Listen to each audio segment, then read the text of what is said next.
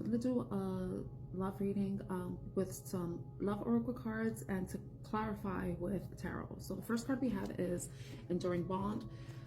Put your family first and spend time together, and that was clarified with the Seven of Wands. So it seems like with this particular card pairing, it seems like there's some of you may already be in some sort of commitment upon the relationship, and it's asking for you to put up some boundaries to protect your relationship, and also if you have to put up some boundaries within the relationship, because maybe your partner is you know, pushing past certain boundaries that, you know, need to be discussed. So, you know, if it's something that really bothers you, then you really need to express that to your partner, because if you know, you hold things back, it can create some resentment and bitterness on your part, and it's vice versa.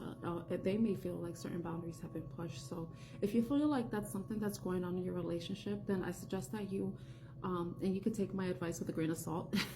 I have experience from past relationships, but it's really important for you to establish boundaries and reinforce them in relationships. So if you feel that's the case with you, then you know, that may be something you can do in your relationship to avoid any issues. Now with winding road and high priestess, it seems like you've been a little bit aimless, like you haven't been really going in a specific direction, like you really don't have a trajectory or like an end point that where you want to end up. So with the high priestess coming up, it's showing that you need to really get in touch with yourself, really reflect, consider what your emotions are about certain paths, and allow that to guide you in finding the path that best suits and aligns with you and your purpose, your goals. Whatever you envision for yourself, you know, which will be the best path for you will be based on what your heart tells you. If you feel like you're constantly going into your mind, weighing the pros and cons, that's a good thing to do, because, you know, we could go with our intuition that can support whatever our intuition guides us towards. But ultimately, your heart is going to lead you where you need to be and on the path that will lead you to where you are meant to go. You know, if that makes sense. Now choose wisely. Some of you may be having maybe meeting up. I said meeting up. I said meeting up because of this. The picture. It's like intuitive, meeting up. But I feel like if you're in some sort of situationship or relationship where you are looking at what can happen, like what is the ultimate end goal in the relationship, it's asking for you to not look at the surface level with the King of Wands clarifying the card. I feel like, you know, with the King of Wands, which is a fire sign, Aries, Leo, Sagittarius, you know, you can get caught up with the charm, you can get caught up with the looks, the passion, you know, the chemistry, but you have to look at things from a long-term stance, especially if it's someone you're considering having a relationship with, because the charm, the magnetism, all that can fade, and you know, what are you going to be left with, especially if it's a relationship that you want to see go the distance. So I think what they're asking for you to do is to be very careful with how much you commit to somebody, and just give it a wait and see approach and see what comes up, and allows you to really determine whether this is the right person for you or not. So I think that's what the choose wisely is.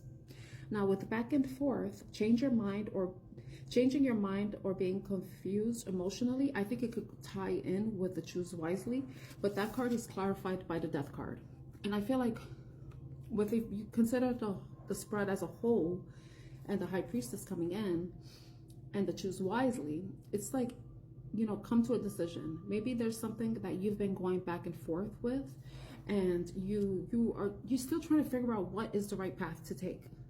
Maybe you have taken some paths and then you decided this is the right one. So it's like taking the 2 steps forward and 10 steps back approach. Like you really don't have any end game or a plan or a destined path you want to take. You know, you're just like being aimless, allowing your uncertainty to dictate your actions rather than coming to a decision. You know, taking time to really reflect, you know, weigh the options, see what best aligns with your path.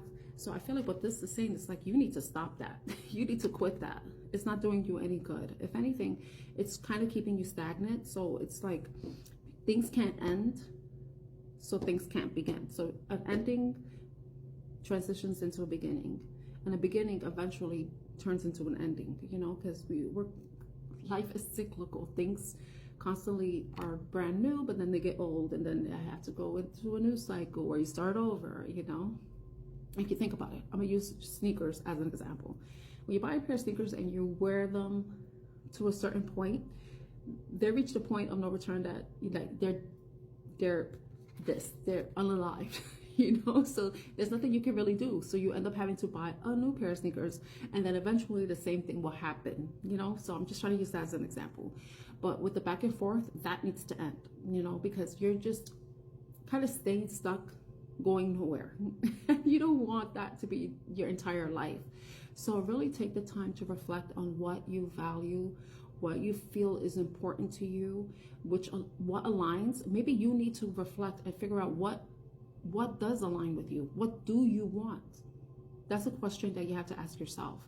It's not something you can ask other people. You have to go within. You have to explore your emotions. You have to explore your memories, your past, the things that brought you joy, the things that brought you grief, things that you were interested, past hobbies, past people. It could even be people going back and forth with a person. You're not really sure what this is, or if you're gonna stay with this person, or you're gonna go back, and you know, or you're gonna end. And you know, don't, you know, just really take the time to sit down, reflect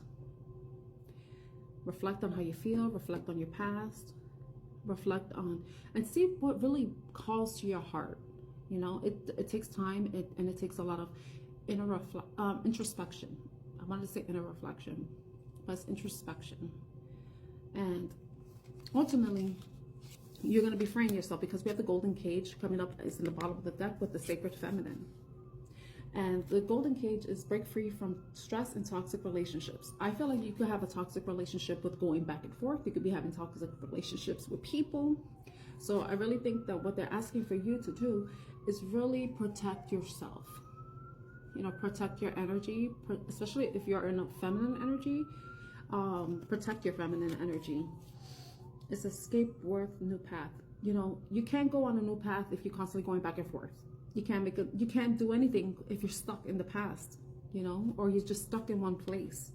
So, and the feminine, the sacred feminine, the empress, she's someone who creates. She's abundant. She's loving.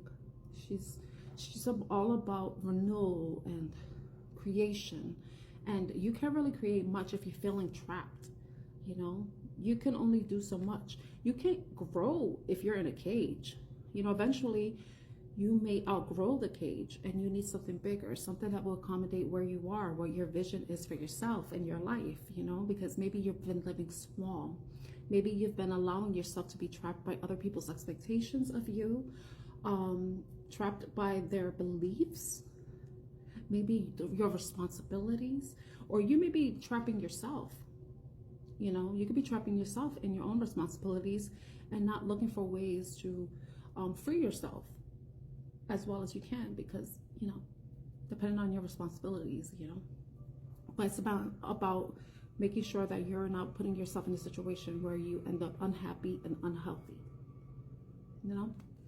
And you cannot thrive as an empress or an emperor if you're feeling trapped, if you're not living to your full potential, you know. And underneath that, and I'm only bring it up because I noticed it before, power play. And if it's a relationship dynamic and you're like kind of going back and forth about whether or not you want to give someone another chance, or if you want to give someone a chance, it says wanting to dominate or control the relationship. So if you find yourself in this place where you feel like someone wants to dominate the relationship, and you can see that can kind of put you in this place where you're not being your full self, your authentic self, the person that you were born to be, then you need to protect yourself from that. You need to protect your beautiful energy from anything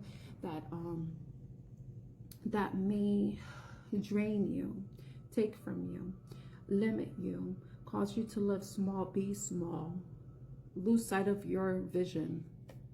you know, taking care of yourself as well as the relationship. It's also a balance too, because when you are in a relationship, you can't always be giving to someone. It has to be equal give and take. It has to be equal reciprocity. There are two people in a relationship, not just one. If it was, then it would just be you taking care of yourself, not you taking care of somebody else and totally neglecting yourself, neglecting your needs, neglecting the passions you have, your interests, your goals. No, if you find yourself in that place, then you have to really figure out why are you accepting that for yourself and thinking that you deserve that, when you deserve better than that.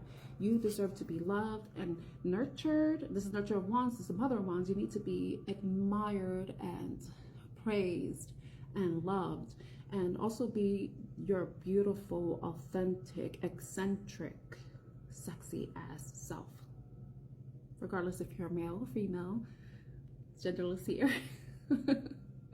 So that's the message for today. I hope this reading resonates with you. If it does, please like, share, subscribe to Artemis Oracle. My name is Tan. I am your reader, and I'm wishing you a lovely day or evening ahead. Bye.